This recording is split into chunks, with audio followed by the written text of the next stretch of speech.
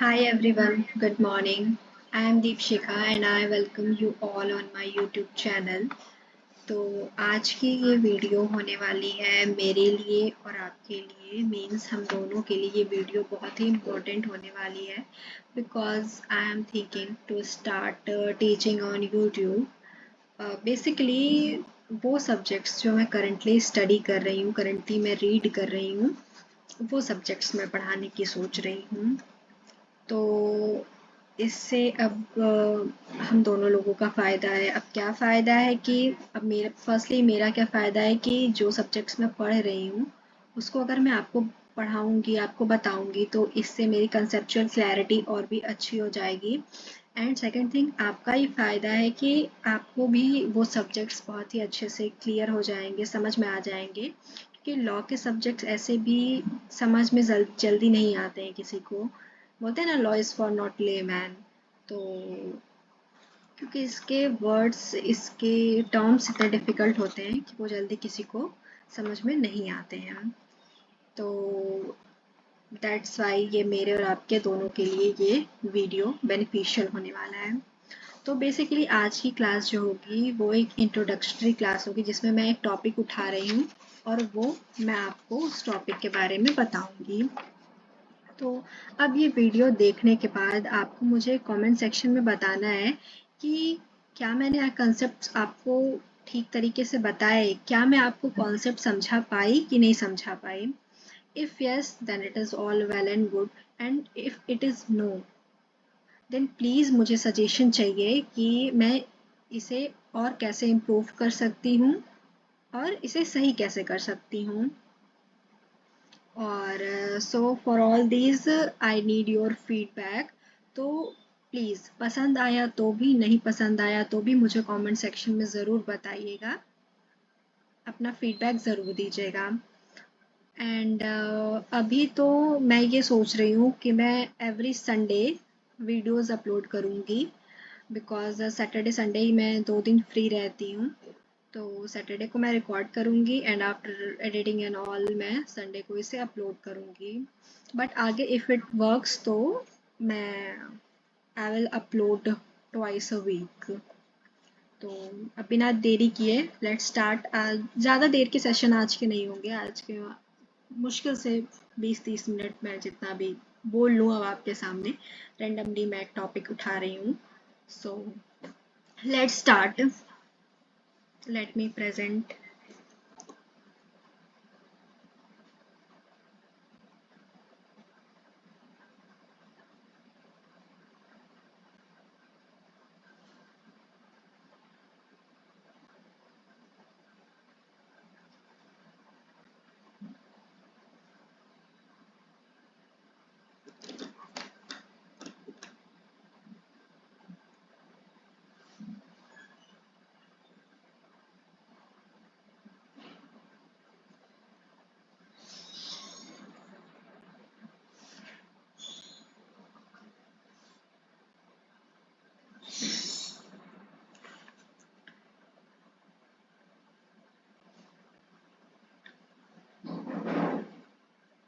Okay, तो basically आज मैंने जो टॉपिक उठाया है वो है legislative function of the parliament.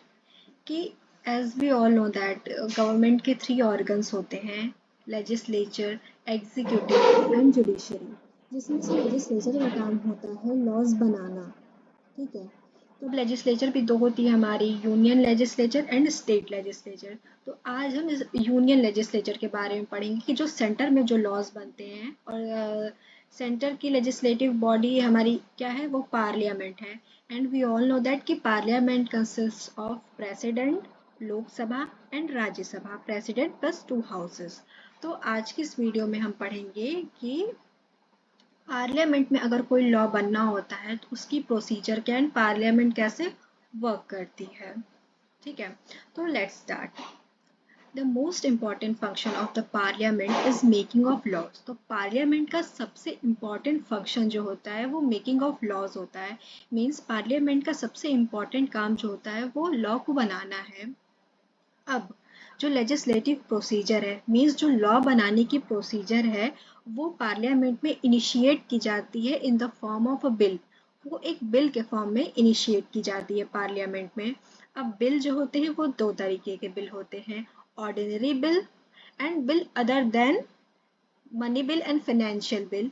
Means एक ऑर्डिनरी बिल हमारा होता है और दूसरा मनी बिल और फाइनेंशियल बिल होता है। तो अब ऑर्डिनरी बिल के बारे में समझते हैं। तो जो हमारा ऑर्डिनरी बिल होता है वो may originate in either house of the parliament, कि जो हमारे ऑर्डिनरी बिल होते हैं वो पार्लियामेंट के किसी भी हाउस में इंट्रोड्यूस किए जा सकते हैं। मीन्स अगर हम ऑर्डिनरी बिल ओरिजिनेट करना चाहते हैं तो उसे हम या तो लोकसभा या तो राज्यसभा, पहले हम किसी भी हाउस में इनिशिएट कर सकते हैं। फिर the bill must be passed by both the houses of parliament and then only it can be sent for the president assent. फिर उसके बाद जो बिल को दोनों हाउसेज ऑफ पार्लियामेंट से पास कराना होता है, तभी उसके बाद हम प्रेसिडेंट के पास भेजते हैं प्रेसिडेंट की एसेंट लेने के लिए।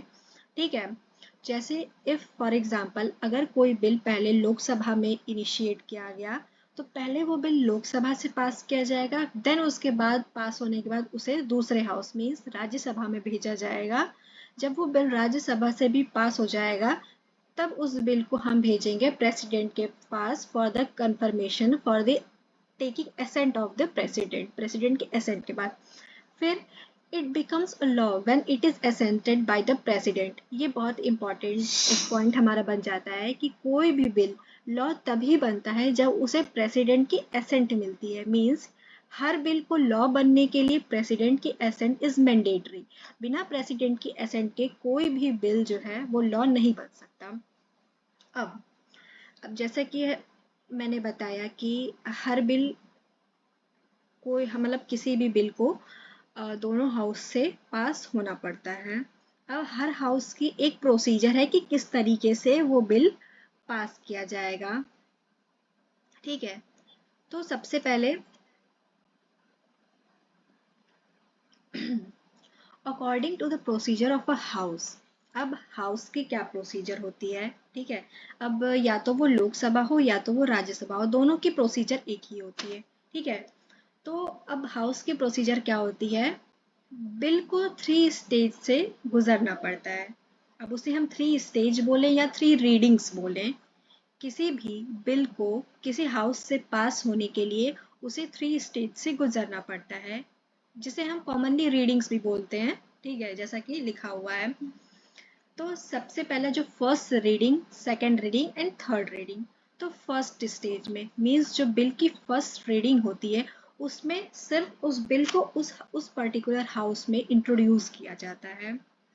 मीन्स अब हमें लॉ बनाना है तो हम बिल लेकर के आएंगे, तो सबसे पहले हम उस बिल को उस हाउस में इंट्रोड्यूस करेंगे। At this stage no discussion takes place. ठीक है, तो फर्स्ट रीडिंग में कोई डिस्कशन नहीं होता है। ठीक है, तो जब फर्स्ट रीडिंग होती है मतलब जब केवल उस बिल को इंट्रोड्यूस किया जाता है हाउस में, तब उस स्टेज पर कोई भी डिस्कशन नहीं होता है। सिंपली जस्ट उस बिल को हम इंट्रोड्यूस करते हैं कि हाँ हम ये बिल इस बिल में मतलब हम इस पर्टिकुलर टॉपिक पे हम लॉ बनाना चाहते हैं। इंट्रोड्यूस करने का मतलब होता है कि उसमें statement of object and reason लिखे होते हैं कि हाँ ये बिल लाने का या ये लॉ बनाने का हमारा पर्पस क्या है, हमारे ये ऑब्जेक्ट है और ये रीजन है, हम इस रीजन की वजह से ये लॉ बनाना चाहते हैं। फिर जो हमारी सेकेंड स्टेज होती है मीन्स जो सेकेंड रीडिंग होती है is the consideration stage when the bill is discussed clause by clause. At this stage, amendments may be moved. अब फर्स्ट रीडिंग के बाद मीन्स जब वो बिल हमने इंट्रोड्यूस कर दिया, उसका statement and object and reason हमने बता दिया। फिर उसके बाद उस बिल की सेकेंड रीडिंग होती है। सेकेंड रीडिंग में क्या होता है कि वो जो पूरा बिल होता है उसको हम क्लॉज बाय क्लॉज, मिनिस्टर्स जो एमपी मेंबर ऑफ पार्लियामेंट होते हैं वो क्लॉज बाय क्लॉज उस बिल को पढ़ते हैं और क्लॉज बाय क्लॉज उस हर एक क्लॉज पर डिस्कशन होता है। और इसी स्टेज पे मीन्स सेकेंड रीडिंग के स्टेज पर ही इसमें अमेंडमेंट्स किए जाते हैं। लाइक क्लॉज बाय क्लॉज पढ़ रहे हैं, डिस्कशन हो रहा है, अच्छा लगा तो ठीक, नहीं अच्छा लगा, कोई अगेंस्ट है इसके, तो इसी स्टेज पर अमेंडमेंट्स भी किए जाते हैं कि अगर कुछ बदलाव करना हो या कोई क्लॉज हटाना हो तो वो इसी स्टेज पर किए जाते हैं। ठीक, अब बढ़ते हैं थर्ड स्टेज पे। जो हमारी थर्ड रीडिंग होती है, ये थर्ड रीडिंग हमारी फाइनल रीडिंग होती है। Stage, a brief general discussion of the bill takes place and the bill is finally passed. तो थर्ड स्टेज पे इस बिल की इस बिल पे ब्रीफली डिस्कशन होता है और बिल जो है फाइनली पास कर दिया जाता है उस हाउस से। ठीक, when the bill is passed by one house, it is sent to the other house where a similar procedure is repeated. अब एक हाउस से पास होने के बाद बिल को दूसरे हाउस में भेज दिया जाता है। मीन्स अगर वो बिल लोकसभा में इनिशिएट किया गया है तो राज्यसभा में भेज दिया जाता है, अगर राज्यसभा में इनिशिएट होता है तो उसे लोकसभा में भेज दिया जाता है। और एक बिल से एक हाउस से पास होने के बाद दूसरे हाउस में भी ये सिमिलर प्रोसीजर ही रिपीट की जाती है। मीन्स उसमें भी first reading, second reading, third reading की जाती है। ठीक है। If there is any disagreement in the houses over a bill, the bill cannot be deemed to have been passed. अब अगर दोनों हाउसेस में डिसअग्रीमेंट क्रिएट हो जाता है, लाइक एक हाउस से तो पास करके, फॉर एग्जांपल लोकसभा ने पास करके राज्यसभा के पास भेज दिया, अब राज्यसभा अग्री ही नहीं कर रहा है। अग्री नहीं कर रहा है किस सेंस में नहीं अग्री कर रहा है कि राज्यसभा कहता है कि हम नहीं चाहते कि इस पे लॉ बनाया जाए। हाँ, या फिर उन्होंने जो अमेंडमेंट्स करके भेजे हैं या जैसा भी बिल भेजा है जो उसमें क्लॉजेज हैं, राज्यसभा उससे अग्री नहीं कर रही है। ठीक है, अगर इन केस अगर दोनों हाउसेज में उस बिल को लेकर के डिसअग्रीमेंट क्रिएट हो जाता है तो उस बिल को हम पास नहीं मानेंगे। ठीक, और अगर ऐसी कोई सिचुएशन आ जाती है कि जिसमें किसी पर्टिकुलर बिल को लेकर के दोनों हाउसेस अग्री नहीं करते हैं तो इससे क्या होता है कि डेडलॉक क्रिएट हो जाता है। हमने बहुत बार सुना होगा कि डेडलॉक क्रिएट हो गया पार्लियामेंट में। तो डेडलॉक ऐसी कंडीशन को बोलते हैं, ऐसे सर्कमस्टेंस को बोलते हैं जिसमें किसी बिल को लेकर के दोनों हाउस आपस में सहमत नहीं है, डिसअग्री कर रहे हैं। ठीक, टू रिजॉल्व सच, अब ये तो प्रॉब्लम हो गई, तो अब इस डेडलॉक को रिजॉल्व करने के लिए, इस प्रॉब्लम को रिजॉल्व करने के लिए कॉन्स्टिट्यूशन एक मेथड प्रोवाइड करता है जिस मेथड को हम बोलते हैं joint sitting of the houses या joint sitting of the parliament. ठीक, तो इसमें क्या होता है कि पार्लियामेंट के दोनों हाउसेस की जॉइंट सिटिंग कराई जाती है। तो जॉइंट सिटिंग कब कराई जाती है? Only when a deadlock is created. जब भी कभी डेडलॉक क्रिएट होता है सिर्फ उसी टाइम पर दोनों हाउस की जॉइंट सिटिंग करवाई जाती है। ठीक, अब देखते हैं कि joint sitting of the house क्या होता है। तो according to article 108, when a bill passed by one house and sent to the other house, अब आर्टिकल 108 हमें कहता है कि joint sitting of the houses के बारे में बात करता है कि जब एक बिल एक हाउस से दूसरे हाउस में भेजा जाता है, is rejected by the house. ठीक, अगर लोकसभा से कोई बिल राज्यसभा पास होने के बाद राज्यसभा में भेजा गया, अब राज्यसभा या तो उस बिल को रिजेक्ट कर देता है, is rejected by the house, या दूसरा the house disagrees as the amendment to be made in the bill. या दूसरी कंडीशन, पहली कंडीशन तो ये कि या तो राज्यसभा उस बिल को टोटली रिजेक्ट कर देता है, या दूसरा अगर राज्यसभा जो भी उस बिल में अमेंडमेंट्स किए गए हैं उस अमेंडमेंट से डिसअग्री करता है। मीन्स अगर लोकसभा ने कुछ सर्टेन अमेंडमेंट्स करके भेजे हैं तो राज्यसभा उससे अग्री नहीं करता है। या तीसरी कंडीशन क्या बनती है?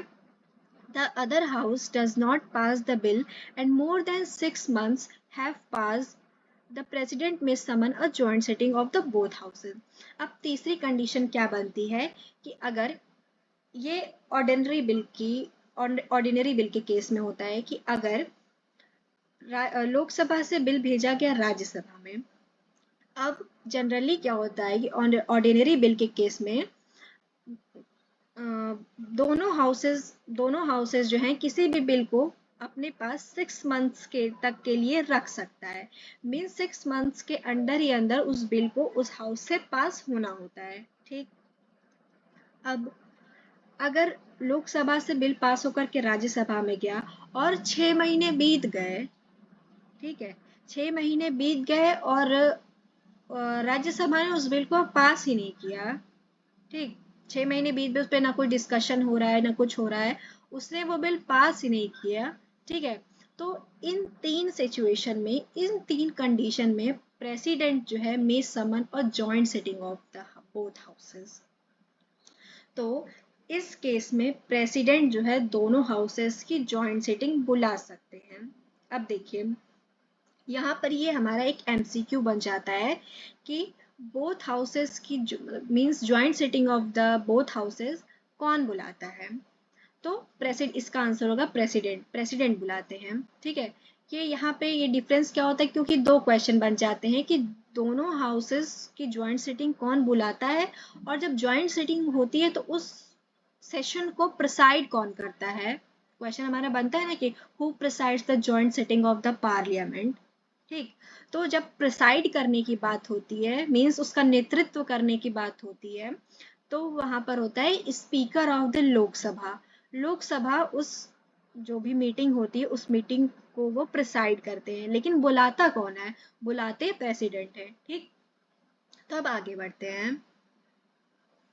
The president, however, cannot summon a joint sitting if the bill in question has lapsed by a reason of dissolution of Lok Sabha.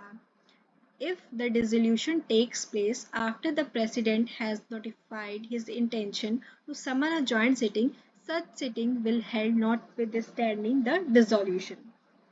अब इसे बहुत ही ध्यान से समझिएगा। अब प्रेसिडेंट के पास तो ये पावर है कि प्रेसिडेंट इफ जब भी कोई डेडलॉक की सिचुएशन आती है तो प्रेसिडेंट जो है दोनों हाउसेस की जॉइंट सिटिंग बुला सकता है। ठीक है। लेकिन अब प्रेसिडेंट कब जॉइंट सिटिंग नहीं बुला सकता, if the bill in question has lapsed by the reason of dissolution of the Lok Sabha. ठीक है। अगर लोकसभा डिसॉल्व हो जाती है, ठीक है, अगर लोकसभा डिसॉल्व हो जाती है तो उस रीजन की वजह से बिल रुका हुआ है। ठीक है। अगर उस रीजन की वजह से 6 महीने बीत गए और लोकसभा डिसॉल्व हो गई, ठीक है, लोकसभा, या तो देखो सिंपली ऐसे समझो कि अगर कोई बिल राज्यसभा में इनिशिएट हुआ, राज्यसभा से पास होके अब उसे लोकसभा के पास जाना है। ठीक। वो या तो लोकसभा में जाने वाला है या लोकसभा में चला गया है वो बिल। ठीक है। अगर लोकसभा में वो बिल चला गया है और उसी टाइम पे क्या होता है कि लोकसभा डिसॉल्व हो जाती है। ठीक। अगर लोकसभा डिसॉल्व हो जाती है तब तब वहां पर पे प्रेसिडेंट जो है समन, तब वो समन नहीं कर सकते जॉइंट सिटिंग के लिए। ठीक है। If the dissolution takes place after the president has notified his intention to summon a joint sitting, such sitting will be held notwithstanding the dissolution. अब अगर बिल राज्यसभा से पास होकर के लोकसभा में गया, ठीक, लोकसभा में गया, 6 महीने बीत गए, कोई डिस्कशन नहीं हुआ, तब वहां पे प्रेसिडेंट ने नोटिफाई किया कि हाँ अब जॉइंट सिटिंग बुलानी है। ठीक। मतलब प्रेसिडेंट ने ये नोटिफिकेशन दे दिया, ये ऑर्डर दे दिया कि अब जॉइंट सिटिंग बुलाई जाए। अब उस नोटिफिकेशन के आने के बाद अगर लोकसभा जो है वो डिसॉल्व हो जाती है तो तब उस पर कोई इफेक्ट नहीं पड़ेगा। मींस तब वो डिसॉल्व नहीं माना जाएगा, तब उसको दोनों को आपस में मतलब जॉइंट सिटिंग तब बुलानी पड़ेगी, तब वो दोनों हाउसेस की जॉइंट सिटिंग होगी। ठीक है। The President may notify to the House by sending a message of his intention to summon them for joint sitting for the purpose of deliberation and voting in the bill in dispute. तो president को जब कभी भी joint sitting of parliament के लिए बुलाना होता है तो प्रेसिडेंट सबसे पहले उस दोनों हाउसेस को मैसेज देते हैं, नोटिफिकेशन देते हैं कि हाँ, जो भी बिल में डेडलॉक क्रिएट हुआ है, डिस्प्यूट क्रिएट हुआ है, उस डिस्प्यूट को रिजॉल्व करने के लिए हम जॉइंट सिटिंग बुला रहे हैं। ठीक। If the houses are not sitting, the president may express his intention by a public notification. अब जैसे क्या होता है कि हमेशा हमेशा तो सिटिंग होती नहीं है पार्लियामेंट की, ठीक है। तो अगर सिटिंग नहीं है पार्लियामेंट की, अगर पार्लियामेंट उस समय वर्क में नहीं है, सिटिंग में नहीं है, तब बाय अ पब्लिक नोटिफिकेशन, तो पब्लिक नोटिफिकेशन के थ्रू जो है प्रेसिडेंट जॉइंट सिटिंग के लिए बुलाएंगे। इफ द हाउसेस, ठीक है, when the president has notified his intention of summoning the houses to meet in a joint sitting, neither shall proceed with further with the bill. तो अब क्या कह रहा है कि जब प्रेसिडेंट ने ये नोटिफाई कर दिया कि अब उस बिल पे जॉइंट सिटिंग होगी, तो अब उस बिल पे वो पर्टिकुलर हाउस प्रोसीड नहीं करेगा। मींस अगर एक बार प्रेसिडेंट ने नोटिफाई कर दिया कि हाँ, अब इस बिल पे जॉइंट सिटिंग बैठेगी, तो अब ये नहीं कि प्रेसिडेंट ने इधर नोटिफिकेशन दे दिया कि हम जॉइंट सिटिंग कराएंगे, तो इधर आप फर्दर आप अपनी उस बिल पे प्रोसीडिंग आगे बढ़ाइए, ऐसा नहीं है। ठीक है, कोई भी फर्दर प्रोसीडिंग आगे तब नहीं बढ़ेगी। ठीक। if at the joining of the if at the joint sitting of the two houses the bill is passed by a majority of total number of members of both houses present and voting, it shall be deemed to have been passed by the both houses. अब अगर joint sitting होती है दोनों houses की और वो bill majority of the total number of member of the both houses present and voting, अगर वो बिल दोनों हाउसेस के जितने भी टोटल मेंबर प्रेजेंट हैं और वोट दे रहे हैं उस टाइम पे जॉइंट सिटिंग में, अगर मेजोरिटी से वो पास हो जाता है तो उस बिल को मान लिया जाएगा कि ये दोनों हाउस से पास हो चुका है। ये पर्टिकुलर कंसेप्ट हमारा बताता है आर्टिकल 108 क्लॉज 4 कि अगर joint sitting of the parliament में वो बिल जो है दोनों हाउस में जितने भी total member of the both houses, ठीक है, दोनों हाउसेस के टोटल मेंबर जितने प्रेजेंट और वोट कर रहे हैं उस जॉइंट सिटिंग में, अगर उसकी मेजोरिटी से पास हो जाता है तो उस बिल को मान लिया जाता है कि ये बिल दोनों हाउसेस से पास हो गया है। ठीक है, अब आगे, at the joint sitting of the two houses no new amendments shall be made in the bill except such which are made necessary by the delaying passage of the bill. If all, if at all any amendment is necessary, the decision of the presiding officer will be final. अब अगर joint sitting होती है दोनों houses की, तो उस case में उस बिल में कोई भी अमेंडमेंट्स नहीं किए जाएंगे। ठीक है, तब वो बिल एज इट इज जैसा है आपको एज इट इज वैसे ही फाइनल करना है। ठीक, but this is not also absolute, ये एब्सोल्यूट नहीं है। अगर कोई अमेंडमेंट करना बहुत ज़्यादा नेसेसरी है, बहुत ज़्यादा ज़रूरी है, इम्पॉर्टेंट है, तभी अमेंडमेंट किए जा सकते हैं। और इसका भी डिसीजन फाइनल जो होता है वो प्रिसाइडिंग ऑफिसर का होता है। प्रिसाइडिंग ऑफिसर कौन होता है? लोकसभा के स्पीकर होते हैं। तो लोकसभा के स्पीकर ये डिसाइड करते हैं कि इस बिल में अमेंडमेंट करना ज़रूरी है या नहीं ज़रूरी है। ये हमारा बताता है आर्टिकल 108 क्लॉज 4 बी। ठीक, at the joint sitting of the two houses, the speaker of the Lok Sabha or in his absence, such person may be determined by rules or procedure presides. ठीक है,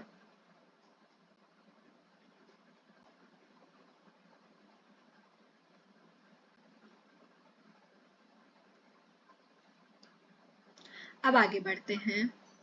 This provision does not apply to money bill. The lower houses has exclusive power over money bill. ठीक है। लेकिन ये जो deadlock की condition आती है, जो joint sitting of the parliament की सिचुएशन आती है, वो केवल ऑर्डिनरी बिल के केसेस में होती है। ये मनी बिल के केसेस में नहीं होती है। मनी बिल के केस में लोअर हाउस को मीन्स लोकसभा को एब्सोल्यूट पावर है ओवर मनी बिल। ठीक है। राज्यसभा के पास कोई पावर ही नहीं है कि वो मनी बिल को अमेंड कर सके, मॉडिफाई कर सके या फिर रिजेक्ट कर सके। अगर मनी बिल एक बार लोकसभा से पास हो गया तो चाहे राज्यसभा उसे पास करे चाहे मत पास करे। बेसिकली ऑर्डिनरी बिल के टाइम पे हमारे पास 6 मंथ्स का टाइम होता है कि 6 मंथ्स के अंदर अंदर अगले हाउस को उस बिल को पास कर देना है। But in the case of money bill, एक तो मनी बिल सबसे पहले केवल लोकसभा में इंट्रोड्यूस किया जा सकता है, लोकसभा से वो राज्यसभा में गया। अब राज्यसभा के पास केवल 14 डेज का टाइम है कि वो 14 डेज में उस बिल को वो पास करें। ठीक है। राज्यसभा कोई के पास पावर नहीं है कि वो उसे अमेंड कर सकता है, वो केवल अपना अमेंडमेंट एज अ सजेशन दे सकता है कि हाँ ये अमेंडमेंट्स किए जा सकते हैं। अब ये टोटली लोकसभा के ऊपर है कि वो उस अमेंडमेंट को एक्सेप्ट करता है या रिजेक्ट कर देता है, जो भी करता है। तो in the cases of money bill के केस में लोकसभा के पास एब्सोल्यूट पावर होती है। Okay. The money bill can become law without the concurrence of the Rajya Sabha. Therefore, no question arises for summoning the joint sitting of the to houses for removing a deadlock. तो जब राज्यसभा के पास कोई power ही नहीं है, ठीक है, money bill के cases में, तो एक तो बिना राज्यसभा की सहमति, आप सहमत होइए चाहे मत होइए, बस एक तरीके की कह सकते हैं कि जस्ट फॉर बस ऐसे ही बस भेजा जाता है कि हाँ फॉर्मेलिटी के लिए, बेसिकली फॉर्मेलिटी के लिए कि हाँ हम आपके पास भी ये बिल भेज रहे हैं। अब आप पास करो चाहे मत करो, ऐसे भी 14 डेज लैप्स जाएंगे तो उस बिल को राज्यसभा से भी पास मान ही लिया जाएगा। तो जब कोई पावर ही नहीं है राज्यसभा के पास, तो डेडलॉक की तो कोई सिचुएशन ही नहीं आती, डेडलॉक की कोई कंडीशन ही नहीं आएगी। ठीक। अब आगे चलते हैं। President's assent. ठीक है। तो no bill can become law without the assent of the president even if it has been passed by the both houses of parliament. तो अब ये इम्पॉर्टेंट हो जाता है इसलिए कि अब चाहे वो मनी बिल हो चाहे ऑर्डिनरी बिल हो, कोई भी बिल तब तक लॉ नहीं बन सकता जब तक उसे प्रेसिडेंट की एसेंट नहीं मिल जाती है। ठीक है। कोई भी बिल तब तक लॉ नहीं बन सकता जब तक उसको प्रेसिडेंट की एसेंट नहीं मिल जाती। ठीक। अगर वो बिल दोनों हाउस से पास हो गया है तो भी जब तक प्रेसिडेंट उस पर अपनी सिग्नेचर नहीं करेंगे, उस पर अपना एसेंट नहीं देंगे, तब तक उस बिल को नहीं माना जाएगा कि वो बिल लॉ बन चुका है। ठीक।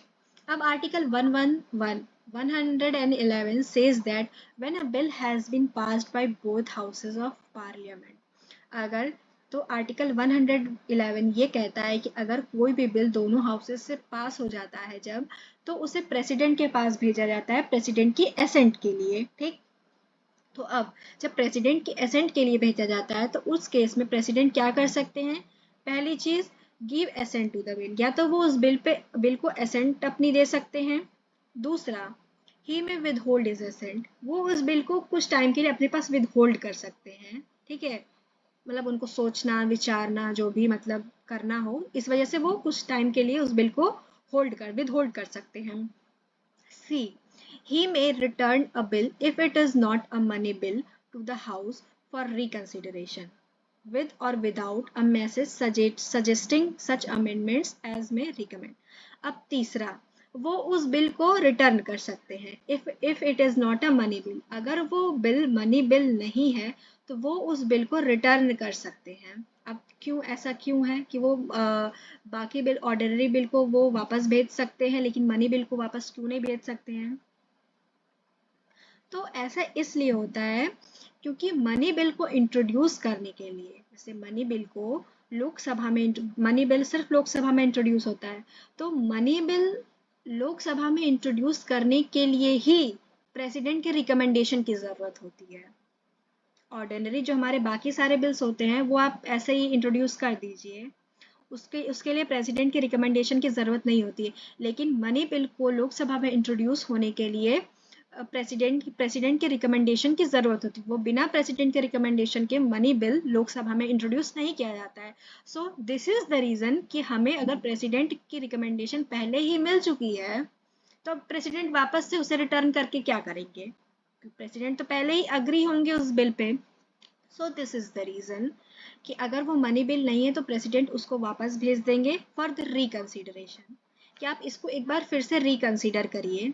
अब प्रेसिडेंट उसमें चाहें तो कुछ जो अमेंडमेंट जो चेंजेस वो चाहते हैं वो लिख के भेज सकते हैं या तो बिना लिखे भी भेज सकते हैं कि आप हाँ इसको ऐसे ही रिकन्सिडर कर लो। ठीक। When a bill is so returned, the houses shall reconsider in the light of the presidential matter। और अगर जब कभी भी बिल को रिटर्न ऑर्डिनरी बिल को रिटर्न कर दिया जाता है तो हाउसेस जो है जो भी प्रेसिडेंट मैसेज अपना लिख के देते हैं तो उस पे वो रिकंसिडर करके उसमें जो भी अगर चेंजेस करने हो तो करते हैं, नहीं करने हो तो नहीं करते हैं। ठीक है। अब however if the bill is again passed by the houses, अब अगर अमेंडमेंट अगर उन्होंने जो भी उसको कंसीडर किया, अब या तो हाउस उस पर्टिकुलर हाउस में उसने अमेंडमेंट किया या बिना अमेंडमेंट के वापस से वो बिल प्रेसिडेंट के पास भेज दिया कि अब आप इस पे अपनी एसेंट दीजिए, तो अब प्रेसिडेंट जो है अपनी एसेंट उनको देना ही पड़ता है। हाँ, with then and present to the president for assent, the president shall not withhold his assent। अब प्रेसिडेंट के पास ये पावर नहीं है कि प्रेसिडेंट उसको विदहोल्ड कर सकते हैं। ठीक है। But if he withholds the bill in case of B, this will amount to vetoing the bill which the constitution permits। अगर तो बी में क्या कहता है कि प्रेसिडेंट के पास अगर कोई बिल जाती है तो प्रेसिडेंट उसे विदहोल्ड कर सकते हैं। ठीक है। तो अगर प्रेसिडेंट उस बिल को विदहोल्ड कर लेते हैं तो इसे this will amount to vetoing the bill. ठीक है।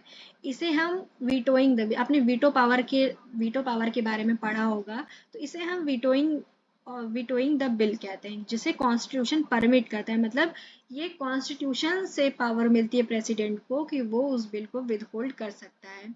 But it is to be noted that this power to veto the bill is to be exercised on the advice of the ministry। अब ये भी ध्यान देने की ज़रूरत है कि जो प्रेसिडेंट ये वीटो पावर को एक्सरसाइज करता है बिल को विदहोल्ड करने के लिए, ये वो तभी कर सकता है जब उसे मिनिस्ट्री एडवाइस करती है। Means on the advice of the ministry president जो है वीटो पावर को एक्सरसाइज कर सकता है। ठीक।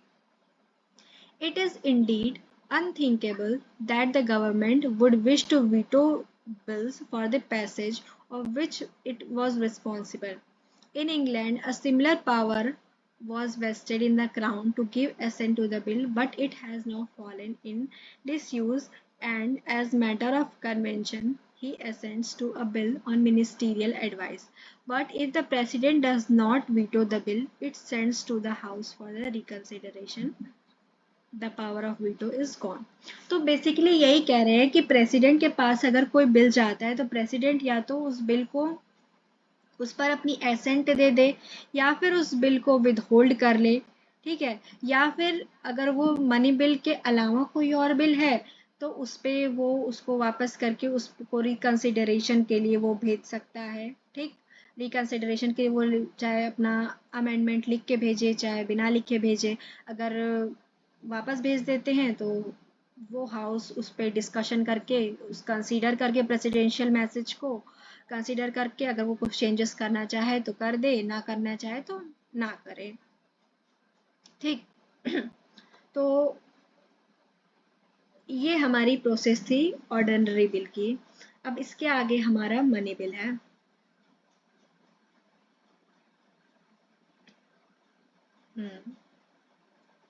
तो आई थिंक आज के लिए इतना सफिशिएंट है बिकॉज 34 मिनट्स हो गए हैं, आधे घंटे हो गए हैं, आधे घंटे से ऊपर ही हो रहे हैं। तो आधे घंटे से ऊपर हो गए हैं तो आप लोग जस्ट अ सेकेंड। तो आज का सेशन हम यहीं पे एंड करते हैं। तो जैसा कि मैंने स्टार्टिंग में बोला था कि आप लोग प्लीज़ आपको अगर ये सेशन अच्छा लगा हो या नहीं भी अच्छा लगा हो तो भी आप लोग प्लीज़ कमेंट सेक्शन में मुझे ज़रूर बताइएगा कि आपको ये सेशन मेरा कैसा लगा। मुझे आगे फर्दर कंटिन्यू करना चाहिए। कंटिन्यू तो बेसिकली मैं करूँगी, क्योंकि इससे मेरा भी फ़ायदा ही है, मेरी भी कंसेप्चुअल क्लैरिटी और बढ़ेगी। क्योंकि कभी-कभी क्या होता है कि हम पढ़ते हैं तो वो चीज़ें हमारे दिमाग में रहती हैं, लेकिन जब वही चीज़ हम बोलते हैं तो उससे हमारा कंसेप्ट और ज़्यादा क्लियर होता है। तो आप लोग को अगर अच्छा लगा हो तो भी मुझे कमेंट सेक्शन में ज़रूर बताइएगा। एंड इफ़ अगर नहीं अच्छा लगा हो तो भी क्या नहीं अच्छा लगा वो भी मुझे ज़रूर बताइएगा, और मैं उसे इम्प्रूव कैसे कर सकती हूँ ये भी मुझे बताइएगा। बट प्लीज़ एटलीस्ट बताइएगा ज़रूर अगर आप ये वीडियो आप देख रहे हैं तो, ठीक है। और इसी तरीके से, और चैनल्स अगर आपने सब्सक्राइब नहीं किया है तो सब्सक्राइब कर दीजिएगा, लाइक कर दीजिएगा, कमेंट कर दीजिएगा, और बस दैट्स इट। तो अब मिलते हैं हम अगले सेशन में। अगले सेशन में मैं कौन से टॉपिक उठाऊंगी, लाइक कॉन्स्टिट्यूशन तो अभी मैं पढ़ ही रही हूँ, बट आई थिंक मैं ज़्यादातर चांसेस है कि मैं पॉश एक्ट उठाऊंगी, prevention of women from sexual harassment act, जो हमारा 2013 का एक्ट है। बहुत ही छोटा सा एक्ट है, 30 सेक्शंस हैं, तो आई विल ट्राई कि वो एक सेशन में तो ख़त्म हो जाना चाहिए। नहीं, शायद नहीं ख़त्म होगा, तो 2 सेशन में वो ख़त्म हो जाएगा, क्योंकि वो एक्ट मैंने पढ़ रखी है, मैं वो पढ़ चुकी हूँ। वो एक्ट अभी 2 दिन पहले ही ख़त्म हुआ है। तो आज थर्सडे है, तो बेसिकली सैटरडे या फिर संडे को मैं वीडियो अपलोड करूँगी। तो thank you so much for watching this video, and please comment section में मुझे ज़रूर बताइएगा, because feedback is the most important, कि आपको ये वीडियो कैसा लगा, मैं आपको समझा पाई या नहीं समझा पाई, ठीक है। तो that's all, thank you, bye bye.